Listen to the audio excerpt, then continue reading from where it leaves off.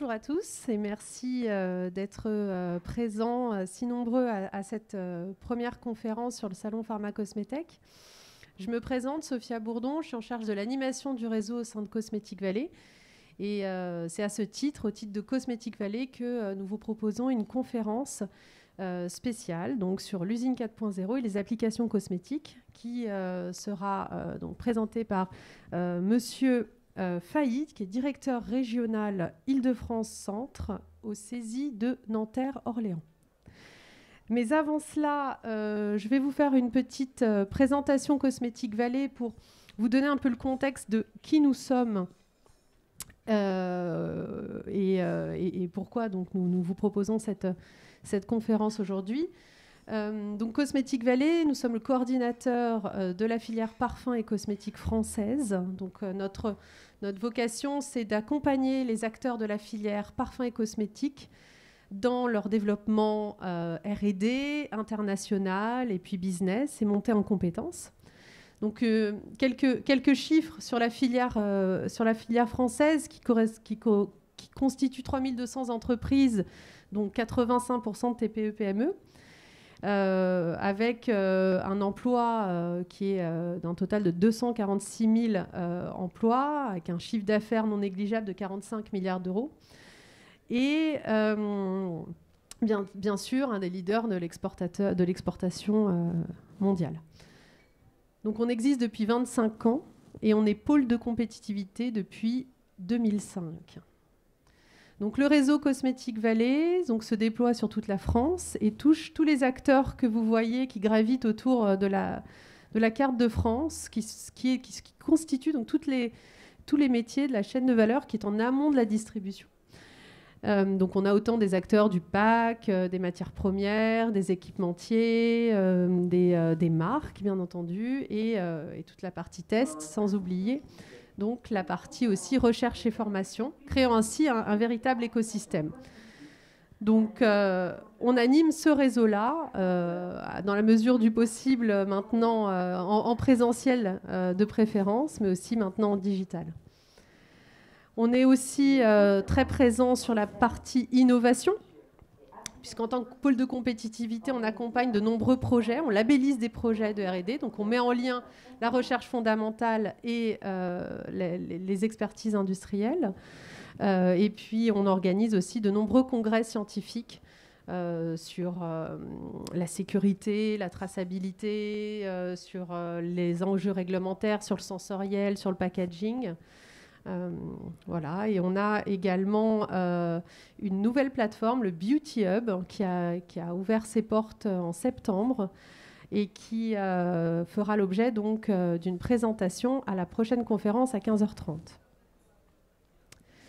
Nous sommes aussi assez présents donc, au niveau international, puisque nous développons par le biais de ce qu'on appelle le Global Cosmetic Cluster, des partenariats avec des clusters cosmétiques partout dans le monde, ce qui nous permet d'accompagner les entreprises vers des dynamiques R&D et business à l'export.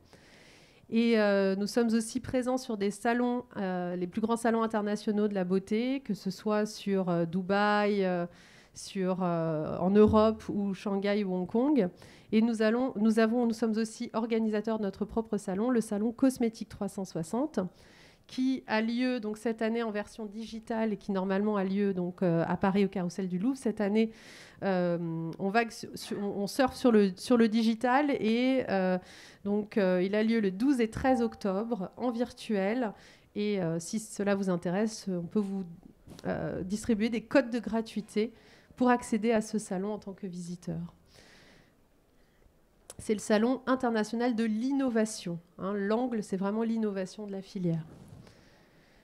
La partie montée en compétences, donc nous sommes donc aussi référencés Datadog, donc on propose à nos adhérents toute une série de formations en lien avec la cosmétique et la filière, des formations techniques aussi, et aussi sur la partie par exemple qui nous concerne aujourd'hui, on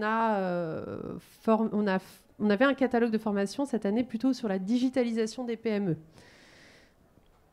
On est aussi éditeur de livres et on a un magazine. On sort 2 numéros par an. C'est un magazine de filière que vous pourrez aller voir sur notre stand Cosmetic Valley, le stand A50, qui est vraiment à l'entrée du salon à droite. Donc n'hésitez pas à venir nous voir sur ce salon. Sur ce stand, pardon.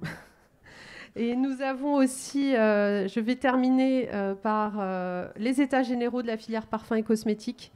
Donc on organise les états généraux pour annoncer des mesures concrètes pour la filière. Donc c'est un événement qui aura lieu en physique le 15 octobre à Paris, à Sorbonne Université, animé par BFM Business, où on aura donc des acteurs, des décideurs de la filière, des pouvoirs publics, des élus, des politiques qui viendront ensemble, qui viendront et qui nous permettront de construire tous ensemble du coup la relance pour cette filière.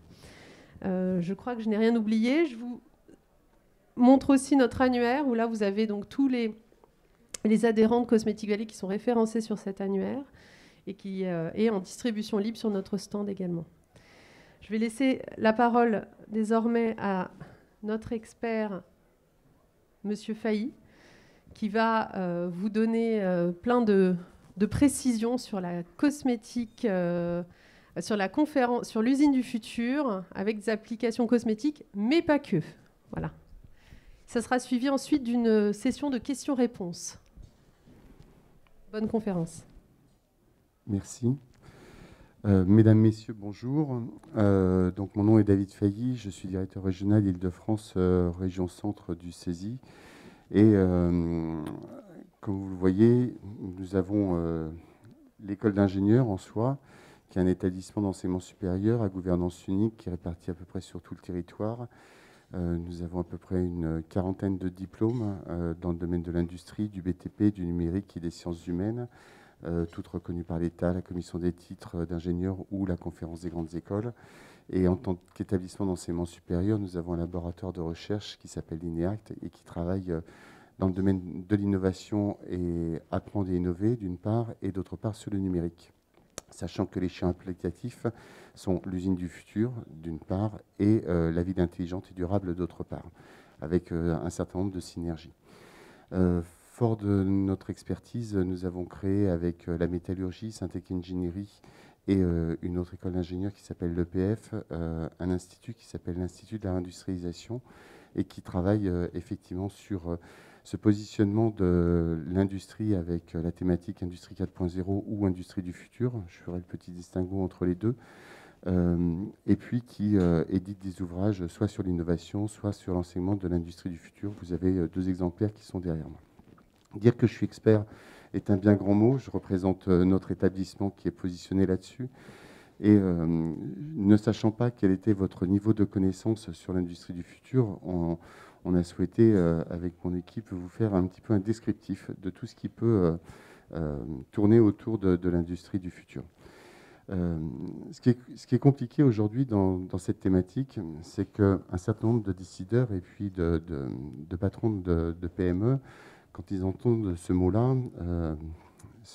peuvent avoir très peur en disant bon sang, si j'adopte tous les concepts qui me sont déclinés, je prends mon usine, je la rase et puis je repars sur un terrain en friche. Or, oui, on peut le faire. Il y en a qui l'ont fait. Hein. Il y a des usines qui ont été entièrement construites de A à Z avec ces concepts Industrie 4.0, mais la logique n'est pas réellement celle-ci. La logique est d'avoir une démarche pas à pas en fonction des gains que vous souhaitez obtenir en fonction de vos décideurs, de votre réglementation, de votre législation.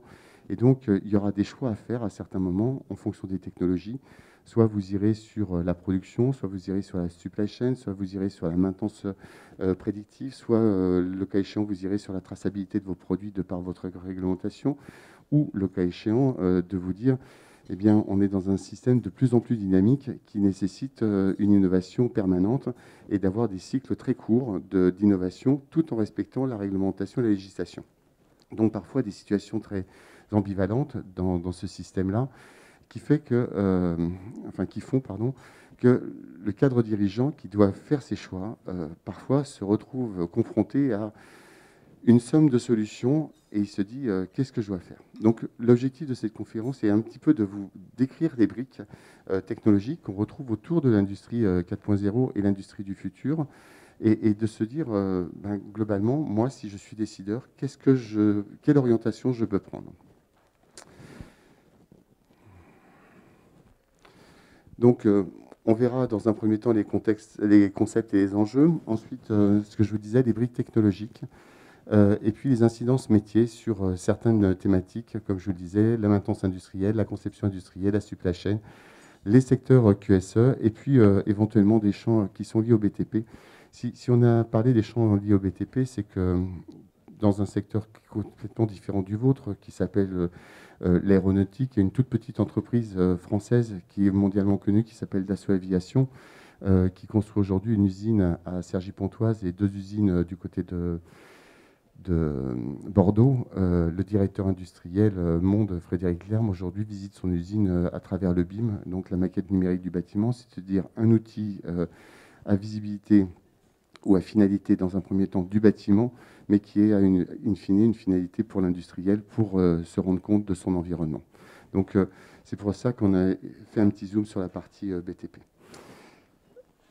Donc dans les concepts, eh bien, on va retrouver ce que vous connaissez tous et ce que Madame a présenté avec la Cosmetic Valley, c'est-à-dire une économie mondialisée, même si aujourd'hui on a tous notre masque et puis que la circulation est un peu restrictive en fonction des pays et des frontières.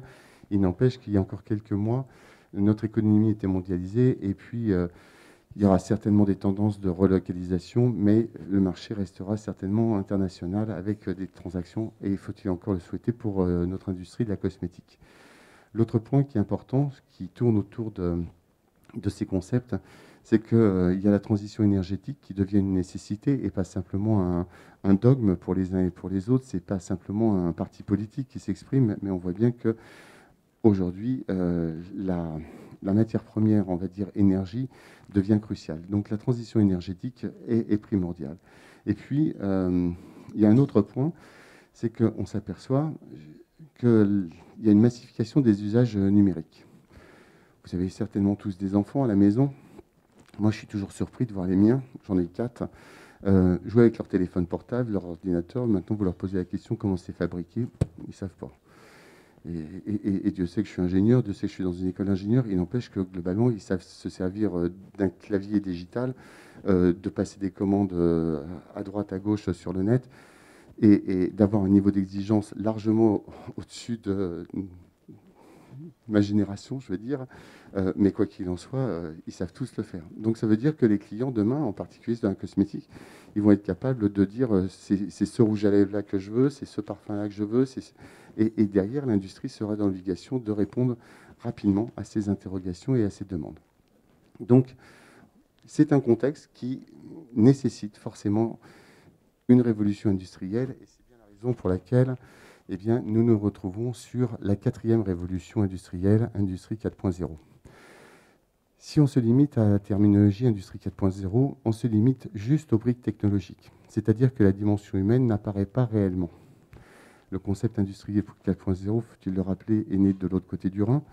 Et globalement, les Allemands se sont concentrés d'abord sur le cadencement de leur ligne de production, de leur chaîne logistique, dans l'innovation aussi.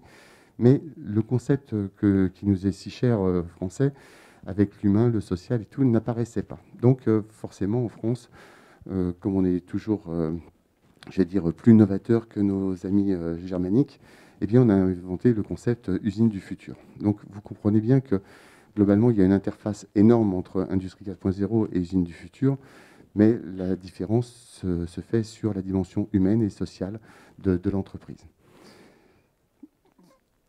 Si on regarde toujours ce concept avec un schéma qui est celui-ci, en fait, on s'aperçoit qu'en fonction du niveau d'appropriation de l'entreprise dans ces technologies et ces briques technologiques, vous pourrez avoir différentes usines du futur.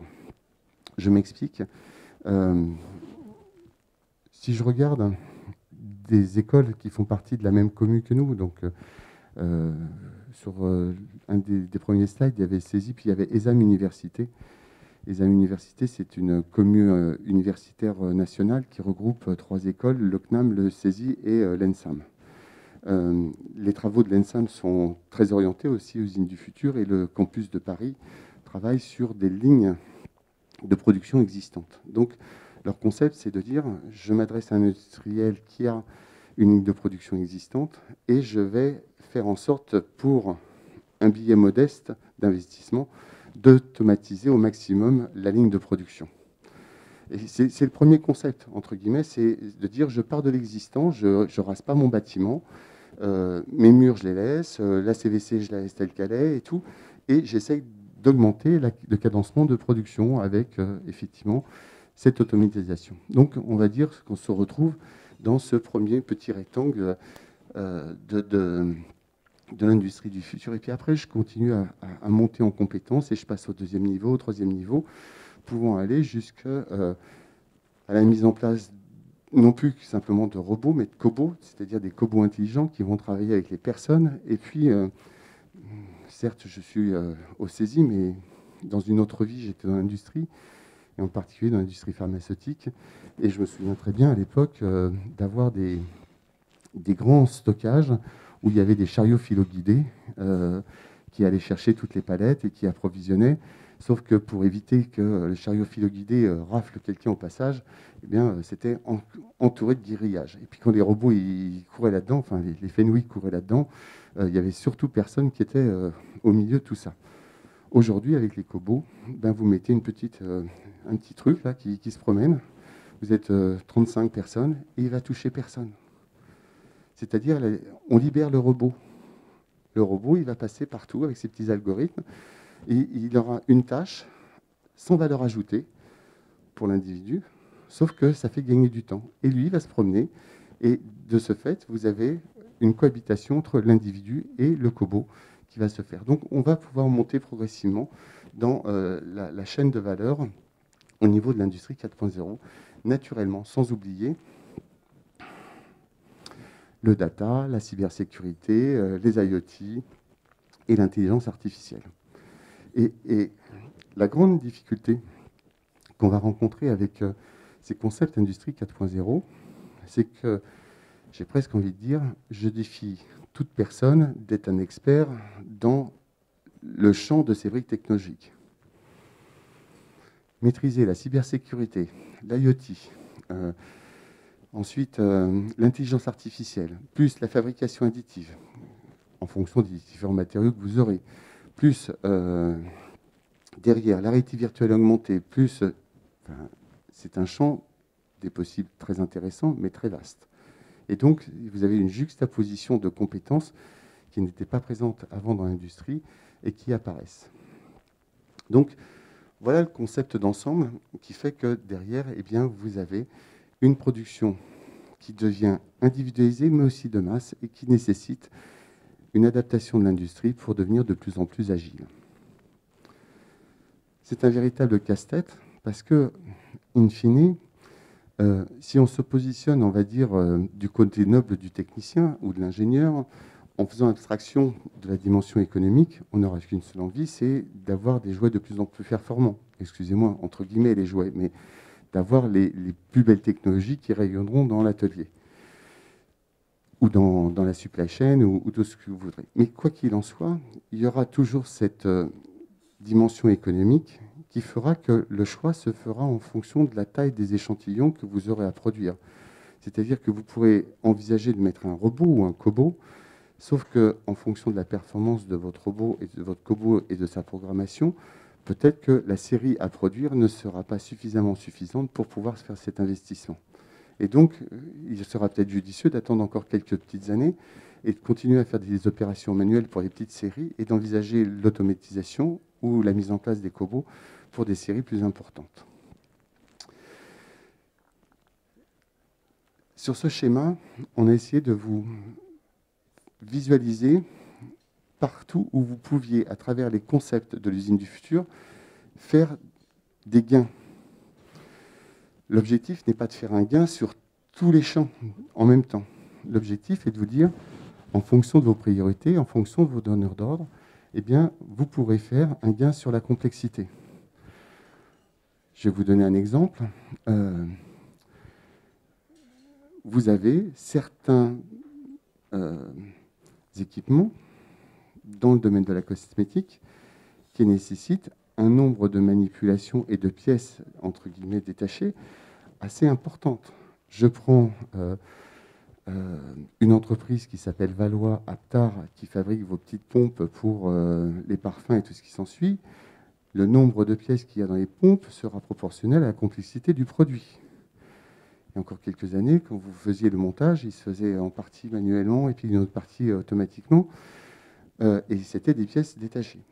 Si vous regardez ce qui se passe dans le monde aujourd'hui de l'aéronautique, eh bien, à travers la fabrication additive métallique, par exemple, vous faites une pièce complexe en une seule fois qui reprend la juxtaposition d'une vingtaine de pièces qu'il y avait avant précédemment et qu'il fallait monter les unes après les autres.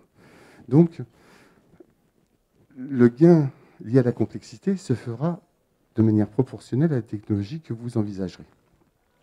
Vous pourrez faire des gains de stockage en fonction de ce que vous voudrez mettre en place au niveau de votre stockage et votre supply chain. Mais derrière, c'est ce que je vous disais, le système d'avoir des grilles fermées avec des chariots filoguidés qui tracent dans des allées, aujourd'hui, c'est plus réellement ce concept-là qui est développé. Les coûts de fabrication, c'est ce que je vous dis. Aujourd'hui, je prends une ligne de traitement de surface ou de galvanoplastique. À certains moments, eh bien, le robot, je dis bien le robot, je ne dis pas l'automate, hein, je dis bien le robot, qui va monter les pièces sur le cadre, eh bien, sera proportionnel au nombre de pièces de la série à fabriquer. Par contre, il y a une question qui peut se poser, c'est de décrocher la pièce après le traitement de surface. Ben ça, c'est presque tout le temps, quelle que soit la série, c'est tout le temps la même chose. Ce n'est que du démontage. Or, est-ce que dans ce cadre-là, eh bien, comme c'est du démontage de cadre, est-ce que ça ne vaut pas le coup d'investir sur cette partie de démontage, alors que le montage se fera peut-être à 60% de matière automatisée et à 40% de manière manuelle. Donc, il y a toute une réflexion à avoir sur la partie coût de fabrication. La partie logistique, et je vais presque dire, elle est connexe avec le stockage, tout dépend d'où on la met. Et puis, on s'aperçoit que, je reviens un petit peu dans le monde du traitement de surface et de la galvanoplastique. Les coûts de non-qualité peuvent être très importants. J'ai un masque que vous ne voyez pas, mais aujourd'hui j'ai une barbe blanche. Alors, voilà. Mais un jour j'ai été jeune, comme un certain nombre, et puis j'étais élève ingénieur. Et puis on m'a fait faire un stage ouvrier dans là aussi une petite entreprise qui s'appelle la compagnie Deutsch, qui travaille dans le domaine de l'aéronautisme. Et puis, je faisais des embases et du traitement de surface sur les embases. Et j'avais toujours été surpris que, malgré le fait que sur les lignes de production, il y ait des automates et qui trempaient les cadres dans les bains, il y avait 20 petites dames qui étaient à l'étage et qui montaient les pièces sur cadre. Et en fonction de la complexité de la pièce, il y avait un taux de non-conformité plus ou moins important en fonction des personnes qui étaient là. Et donc, derrière, les coûts de non-qualité peuvent être drastiques au niveau de vos lignes de production, votre packaging et tout ce qui s'ensuit. Donc derrière, il y a une optimisation potentielle. Avant-dernier point, c'est la maintenance. Je suis toujours surpris, quand on échange avec des industriels français, de voir que la maintenance, c'est le parent pauvre de l'industrie. C'est-à-dire que vous allez dans une école d'ingénieur, université japonaise, le premier de promotion, il bascule dans les services de maintenance. Nous, c'est toujours le parent pauvre. C'est d'abord, on va en conception, après en production, et puis peut-être quelqu'un ira en maintenance. Alors, on sait bien que la maintenance, c'est le métier, le médecin de l'usine, et que si la ligne de production elle tombe malade, eh ben, on arrête la production. Or, avec les concepts d'industrie 4.0, on n'est plus dans de la maintenance curative, conditionnelle. Non, on est dans de la maintenance prédictive. C'est-à-dire que, et vous avez un certain nombre d'exposants qui sont présents sur le site, qui travaillent sur ces thématiques-là avec non plus simplement de la thermographie infrarouge ponctuelle, mais en permanence, de l'analyse vibratoire, de l'analyse d'huile et tout, justement pour pouvoir envisager l'efficience optimale d'une ligne de production. Dans votre secteur de la cosmétique, vous avez des pics d'activité. Ces pics d'activité, on les retrouve bien souvent juste avant Noël. Et avant Noël, eh bien, là, il faut que l'outil de production fonctionne de manière efficiente et optimale.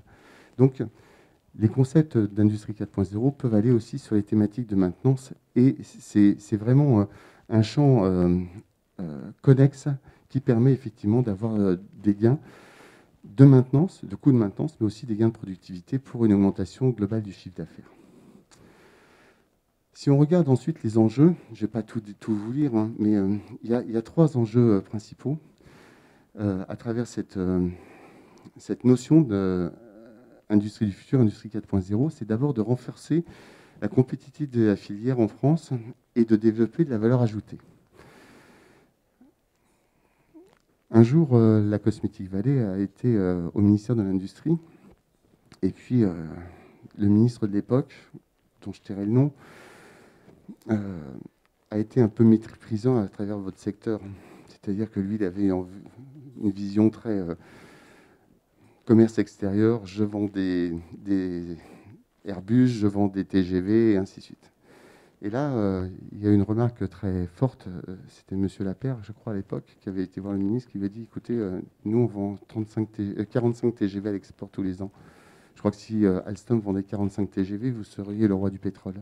Et là, le ministre, il s'est assis, et puis il a commencé à être attentif, parce que, globalement, dans l'inconscient collectif, vous êtes sur une industrie de biens de consommation et de grande consommation, de luxe, certes, mais qui coûte cher, au demeurant. Il y a des crèmes qui coûtent très cher.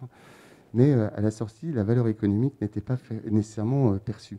Or, tout le travail que la Cosmetic Valley, c'est justement de mettre en avant, non pas une branche professionnelle, parce que je rappelle que les branches, elles sont sectorielles. Or, là, on est sur un pôle de compétitivité qui n'est pas sectoriel, tel que les branches le définissent.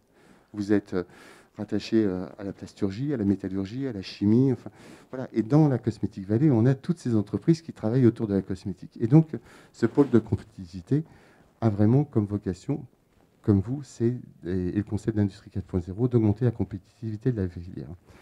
Développer l'internationalisation de la filière, ça ne veut pas dire nécessairement de construire des usines à l'autre bout du monde, mais d'avoir des clients à l'autre bout du monde, et puis de permettre à des entreprises françaises de pouvoir répondre à des marchés à l'international le plus rapidement possible. Et puis aussi de préparer des produits et des services du futur.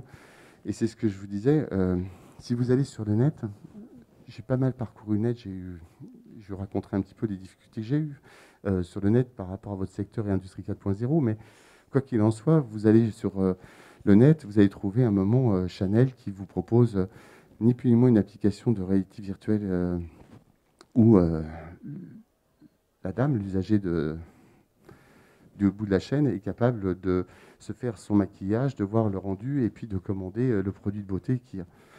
Au début, on peut se dire c'est un gadget. Oui, c'est un gadget, sauf que ça fait partie des briques technologiques de l'industrie du futur pour répondre aux besoins d'un produit, alors que dans d'autres secteurs, la réalité virtuelle augmentée sera utilisée sur de la répétition, éventuellement d'opérations critiques sur le montage d'un satellite ou autre chose.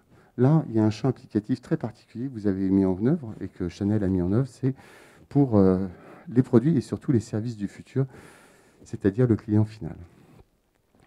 Les challenges de Industrie 4.0, ça va être, premièrement, c'est le développement et l'industrialisation. Et là, l'objectif, c'est de réduire les frais et les délais de développement et de l'industrialisation. Je vais sortir de votre périmètre de la cosmétique et puis je vais vous raconter une petite anecdote que nous avons vécue sur le site de Nanterre à travers notre Fab Lab. Un jour, on a eu une galerie d'art dans une des petites rues de Paris, tout près de l'Élysée. Là, vous savez, c'est des petites galeries d'art qui vendent des choses pas très très chères.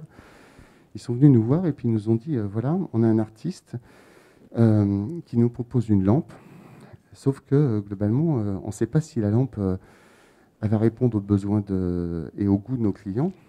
Et puis, si on doit la fabriquer et l'envoyer en fonderie, ça va prendre 6 mois. Qu'est-ce que vous pouvez faire pour nous ? Donc, on leur a dit, bah, écoutez, on essaie de vous faire quelque chose. Donc, on a fait déjà une première lampe au 1/10. Et puis, On a montré ça au galguériste. Et puis après, il nous a dit, go, vous la faites à l'échelle 1. Et donc, on l'a faite à l'échelle 1. Au total, ça a duré 6 jours. 6 jours de prototypage. Il a eu sa lampe à échelle 1. On a mis une patine sur le pied qui devait être théoriquement en bronze. Et puis, il l'a exposé dans sa galerie. 3 semaines après, il est venu nous revoir et nous a dit, j'ai vendu les 12 lampes. Je vous rappelle que dans les galeries d'art, un bronze, c'est 12 fois 1, c'est pas plus. Il avait tout vendu. C'est-à-dire qu'à travers un prototype réalisé en fabrication additive plastique, plus un habillage peinture, il avait tout vendu. Et donc, derrière, si je vous donne cette anecdote, c'est pour vous dire que ces champs de l'industrie 4.0 peuvent aller même sur des domaines de l'art ou d'autres choses. Donc, développer et industrialiser de manière très rapide et sécuriser les lancements de nouveaux modèles, ça fait partie des enjeux de l'industrie 4.0.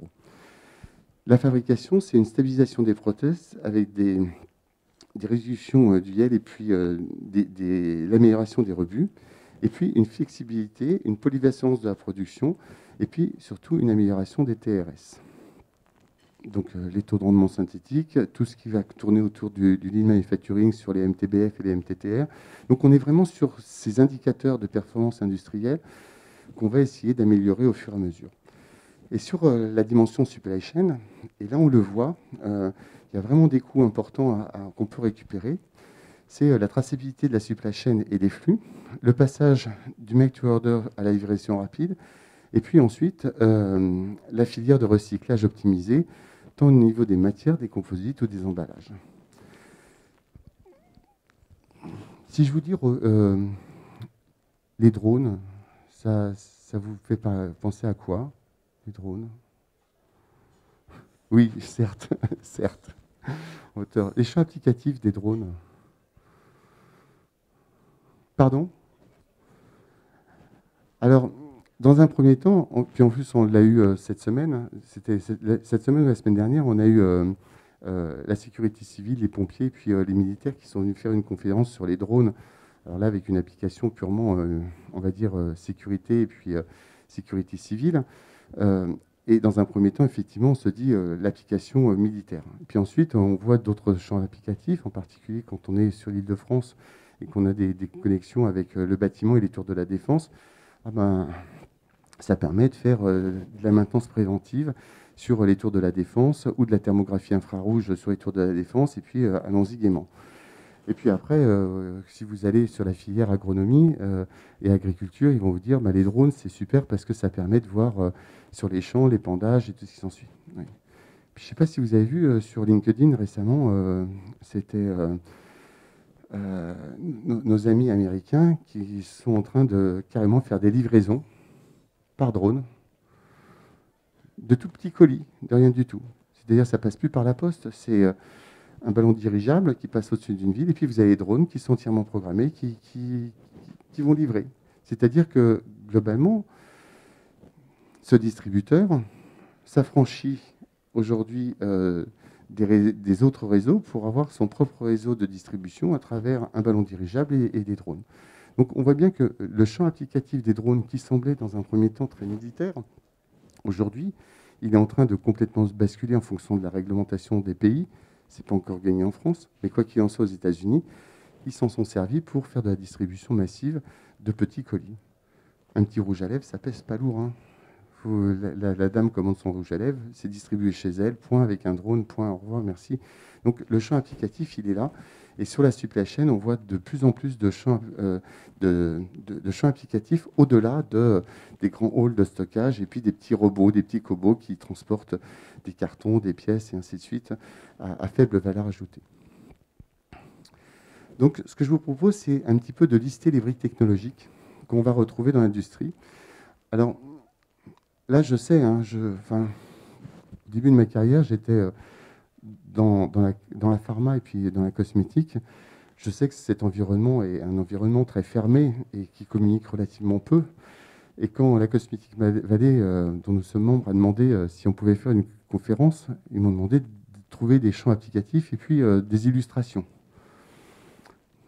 Dans le genre secret, vous êtes secret. Hein. Il n'y a pas grand-chose. il y a 3-4 vidéos qui se battent en duel que j'ai retrouvées là, mais il n'y a pas grand-chose.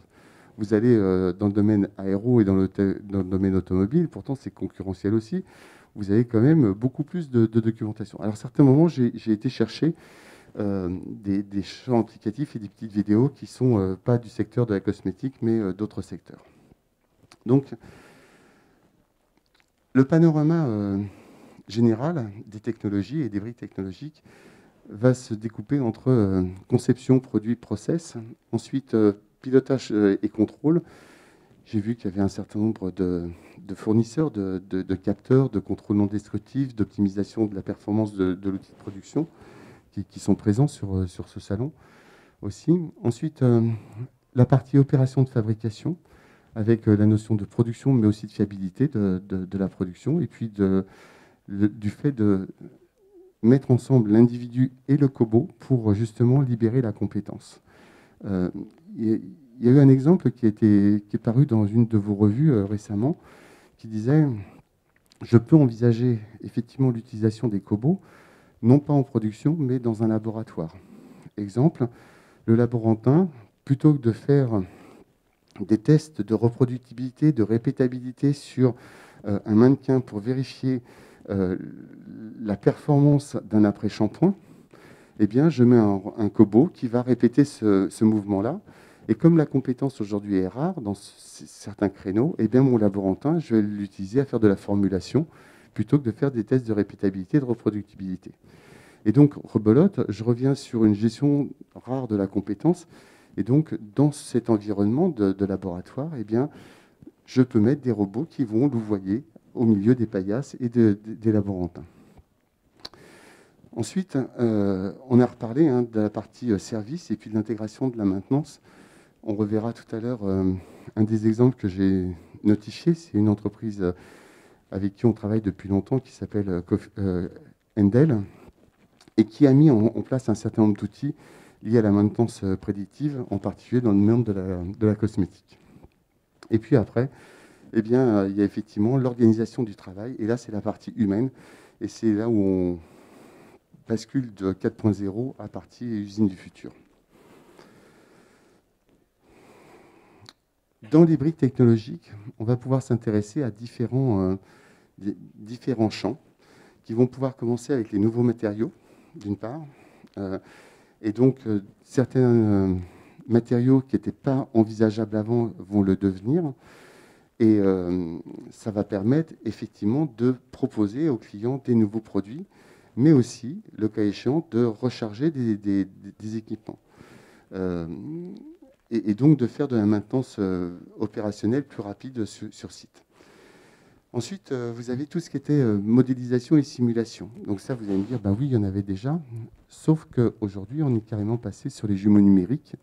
Vous verrez tout à l'heure une petite vidéo sur les jumeaux numériques, et globalement, c'est un concept, pas simplement je modélise, je simule, mais j'arrive à anticiper carrément ma production et je gagne du temps sur la conception d'un nouveau procédé à travers la modélisation et la simulation.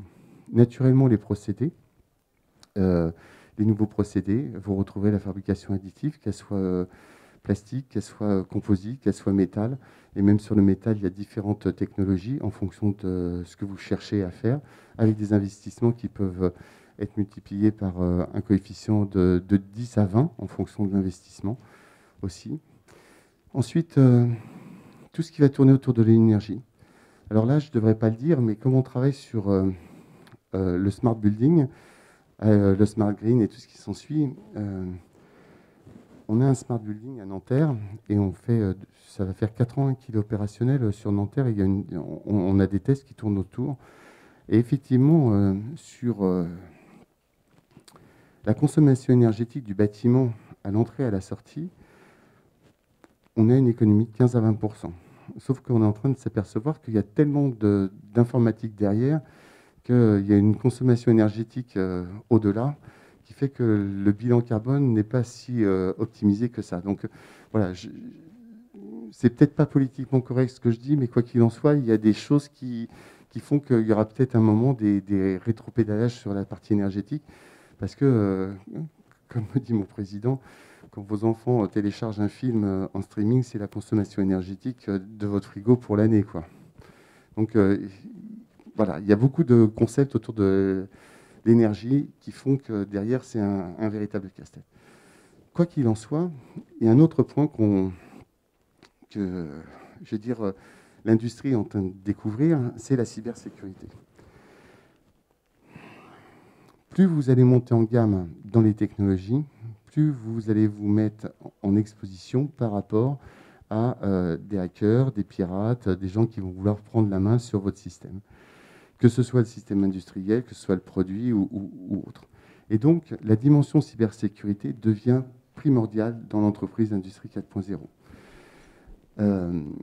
On avait accompagné Endel à une époque, ça fait 20 ans qu'on travaille avec Endel, mais à une époque, on travaillait avec Endel sur la maintenance prédictive dans les centrales nucléaires. Ils avaient mis tout en place, oui, un prototype de maintenance à distance, de telle manière que les opérateurs rentrent dans la zone chaude, donc la zone radioactive, mais globalement n'avaient pas réellement la documentation à proximité. Ils avaient la documentation par le numérique. Il s'avère que ça a été un véritable casse-tête parce que ce système pouvait être hacké dans un premier temps. Donc avec EDF, ils ont fini par trouver un moyen de sécurisation du système, mais quoi qu'il en soit, ça pose un problème d'ouvrir l'entreprise vers l'extérieur. Il suffit de voir un petit peu les scandales qu'il peut y avoir avec, on va dire, nos amis russes qui essayent de prendre ou de déstabiliser certaines entreprises. Cette brique-là est primordiale, surtout si on fait la connexion avec la dernière, qui est l'informatique et l'électronique. Et rebolote, j'arrive sur une compétence qui fait que j'ai des informaticiens, j'ai des électroniciens, et puis tout ce petit monde-là va devoir travailler ensemble pour pouvoir gérer l'ensemble de ces briques technologiques. Et même si je reviens sur les nouveaux procédés, tels que la fabrication additive métallique, je ne suis pas simplement un expert en matériaux, je deviens un expert dans le process en intégrant toutes les dimensions numériques et tout ce qui tourne autour. Donc une complexité de l'industrie 4.0 dans les compétences et la gestion des compétences. Monsieur Failly, juste oui. Pour vous informer qu'il reste 5 minutes avant Il n'y a pas de souci. La session questions. Il n'y a pas de souci. Donc, vous retrouvez les grands blocs. Alors, avec la fabrication additive, qui pourra être plastique, composite ou métallique. Et derrière, si je vous dis ça, eh bien, je vais vous montrer un film sur Michelin, et puis on s'arrêtera là après. Si je vous l'ai mis, c'est pas anodin. C'est que depuis à peu près 3 ans, cette vidéo tourne sur le net. Et ça fait 17 ans que Michelin s'est mis sur la fabrication additive métallique. 17 ans, entre guillemets, où pendant 17 ans, ils ont... on n'a pas le son.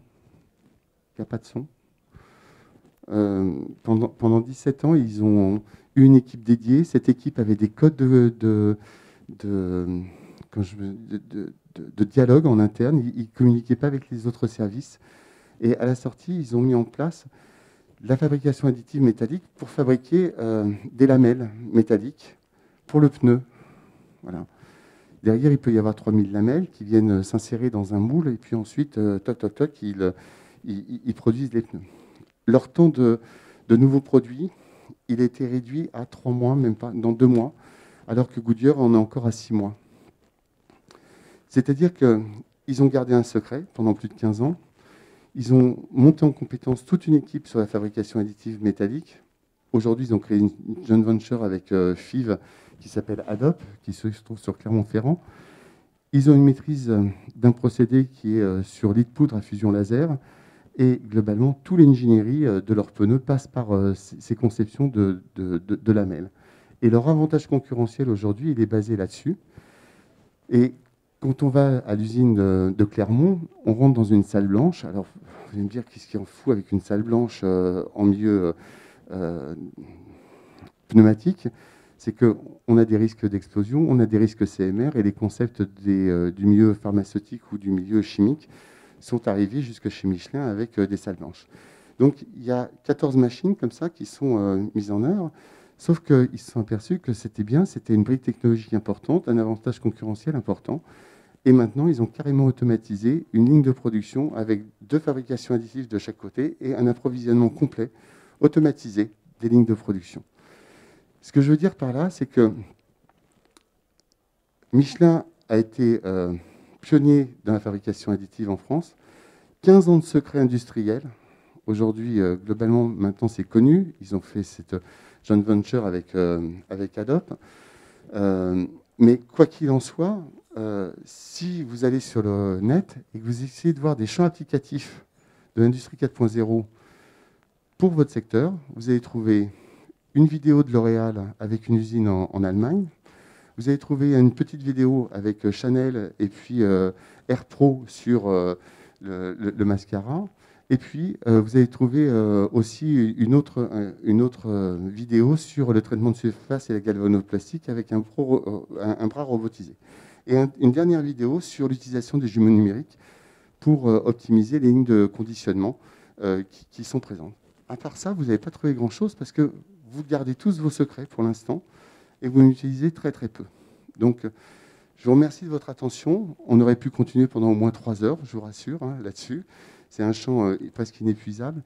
Mais quoi qu'il en soit, si vous devez vous lancer dans cette aventure de l'industrie 4.0, et je vous y invite, allez-y en fonction du diagramme des gains que vous souhaitez obtenir et pas de tout prendre d'un seul coup. Parce que si vous prenez tout d'un seul coup, excepté si vous construisez une usine dans un champ de betteraves, vous allez vous planter. Voilà. Prenez-le pas à pas et puis apprenez ces technologies, ces briques technologiques. Je vous remercie de votre attention et puis je reste à votre entière disposition pour les questions. Alors, si vous avez des questions, je suis désolé, il paraît qu'il ne faut pas vous passer le micro. Donc, on se déplacera pour vous écouter. Je suis à votre disposition. Voilà, donc on vous remercie de votre attention. Est-ce que vous avez des questions qui arrivent comme ça de façon spontanée sur ce qu'on vient de voir, ou peut-être des questions sur des points qui n'ont pas forcément été évoqués, mais sur lesquels vous avez des interrogations? N'hésitez pas, hein, c'est le moment d'avoir une réponse peut-être plus précise aux questions que vous vous posez sur ces... Alors, on ne connaît pas trop le profil des participants, mais si on s'imagine une PME cosmétique, fabricante de cosmétiques qui se dit, bon, je suis une entreprise familiale, je ne suis pas vraiment... L'usine 4.0, ça me fait peur, je ne sais pas vraiment par quelle boule prendre. C'est synonyme pour moi de gouffre financier. Quels sont les premiers pas que pourrait faire ce fabricant, cette PME vers l'usine du futur de façon abordable sans qu'elle ait tout à raser et refaire de zéro? La première question qu'on doit se poser, c'est faire une analyse de la non-valeur ajoutée des opérations dans l'entreprise. Ce que je veux dire par là, c'est que tout industriel, tout employeur aujourd'hui est confronté à la problématique des compétences. Et l'idée derrière, c'est de pouvoir naturellement augmenter la performance de l'entreprise, mais de substituer avec ces technologies, ces robots, ces cobots, des opérations sans valeur ajoutée pour concentrer la compétence humaine sur la haute valeur ajoutée. Donc, en fonction du secteur dans lequel on se trouvera, et qui est le vôtre, hein, de la cosmétique, ça peut être du packaging, ça peut être de la galvanoplastique, ça peut être du conditionnement, ça peut être... Enfin, les champs sont tellement larges, ça peut être de la conception de matériel. Je n'ai pas de réponse universelle à faire. Mais la première question qui va se poser, c'est où est la non-valeur ajoutée des opérations qu'on a à réaliser? Il y a une vidéo hein, qui est dans ce PPT, c'est une entreprise du Jura. Ils se sont mis carrément sur les jumeaux numériques. Et les jumeaux numériques, aujourd'hui, c'est presque un spectre qui est, même dans les écoles d'ingénieurs, c'est un véritable casse-tête. Eux, ils le maîtrisent.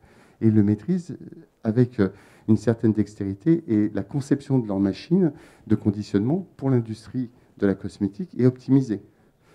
Ils n'ont pas été sur les champs purement du numérique, enfin de tout ce qui était cybersécurité.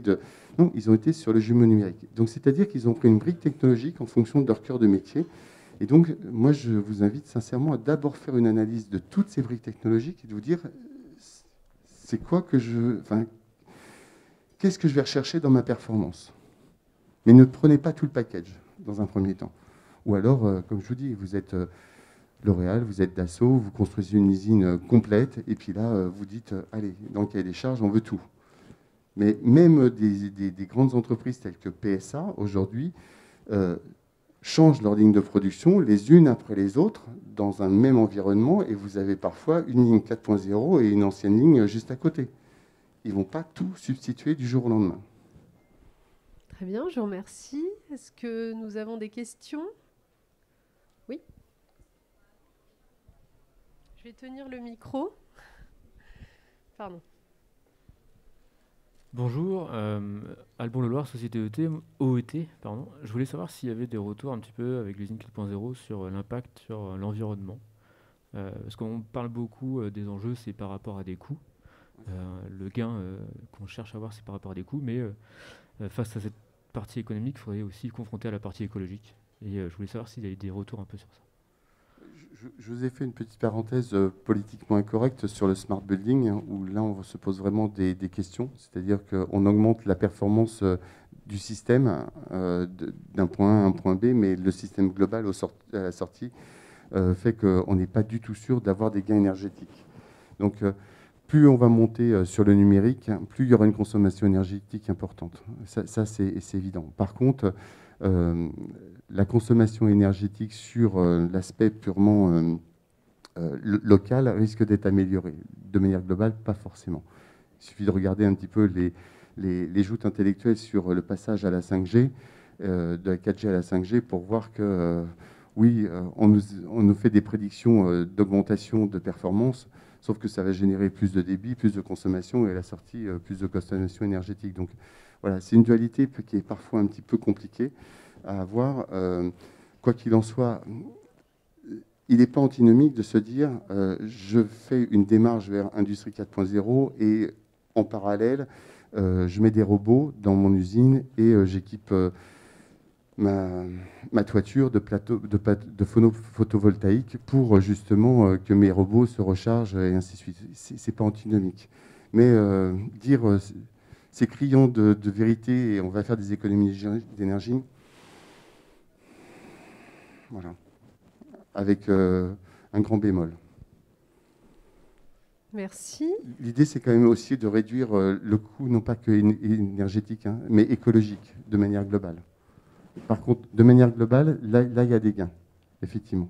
En particulier sur les rebuts, sur les matières premières, là, il y a des gains. Mais sur la partie énergétique, compliqué à mesurer actuellement. Merci. D'autres questions? Bon, très bien. Une petite phrase de conclusion, peut-être? Écoutez, malgré la complexité du système Industrie 4.0 ou Industrie du futur, je ne peux que vous inviter à vous intéresser à la thématique et à aller dedans. Parce que de toute façon, si on n'y va pas, notre industrie, elle est morte. Il y en a qui ne nous ont pas attendus. Il suffit de regarder ce qui se passe dans d'autres pays à l'autre bout de la Terre pour s'apercevoir qu'ils ont déjà parfois une longueur d'avance. Et je ne dis pas simplement les Allemands, hein, je parle de l'autre extrémité de la Terre et en particulier en Chine. Donc ils sont en plein dedans, ou les Coréens sont en plein dedans. Donc on est dans l'obligation d'y aller. Ça nécessite un effort intellectuel énorme, ça nécessite une montée en compétences énorme de la part de nos ingénieurs et de nos techniciens. Et derrière, vous aurez, si vous allez sur cette voie-là, un moment à gérer la compétence de vos équipes, parce qu'il y aura un fossé qui se créera entre des gens qui accepteront le changement et la mutation technologique, et puis d'autres qui refuseront de sauter le pas.